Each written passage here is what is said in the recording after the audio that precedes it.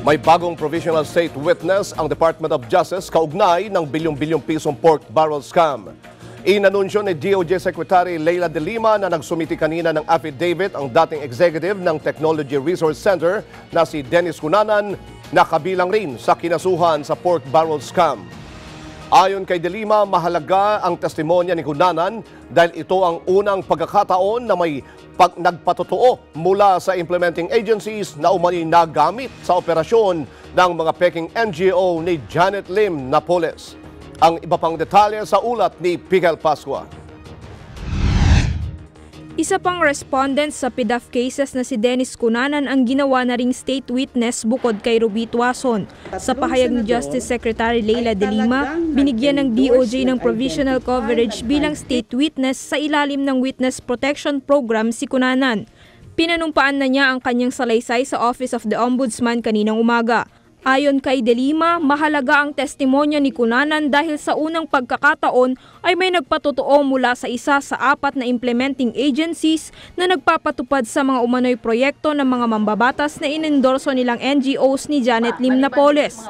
Si Cunanan ay dating Deputy Director General ng Technology Livelihood Resource Center na ngayon ay Technology Resource Center o TRC na siyang pumipirma sa mga dokumento dahil madalas na wala umano ang Director General na si Antonio Ortiz, isa ring respondent sa kaso. Sabi ni De Lima, pinatunayan ni Cunanan na mali ang depensa umano ni na Senador Jinggoy Estrada at Bong Revilla na wala silang kinalaman sa pag-eendorso o pamimili ng NGO na magpapatupad sa kanilang proyekto gamit ang kanilang PDAF.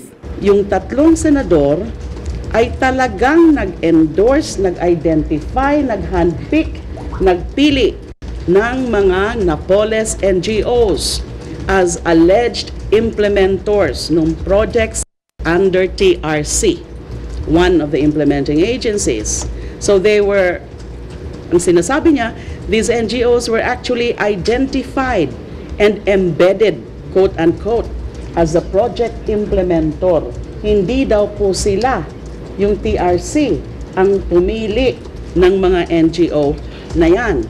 Pinatunayan daw ni Cunanan sa pamamagitan ng mga letter endorsement, SARO, MOA project summaries at project proposals na sina Enrile, Estrada at Revilla ang nag-identify at pumili sa mga NGO ni Napoles.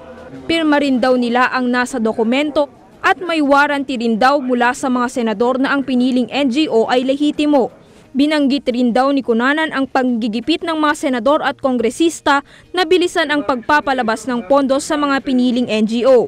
Na ang mismo na nakausap niya sa telepono ay si Senator Bong Revilla and si Senator Jinggoy Estrada. At ilang beses din nakakausap nila yung mga chiefs of staff nila. Attorney Gigi Reyes for Senator Enrile. Pero wala ho sa statement niya na isang instance o pagkakataon na si Senator Enrile mismo ang kausap niya sa telepono. Palagi daw ho si Attorney Gigi Reyes na kino-confirm yung authenticity ng mga pirma either niya, ni Attorney Gigi Reyes o ni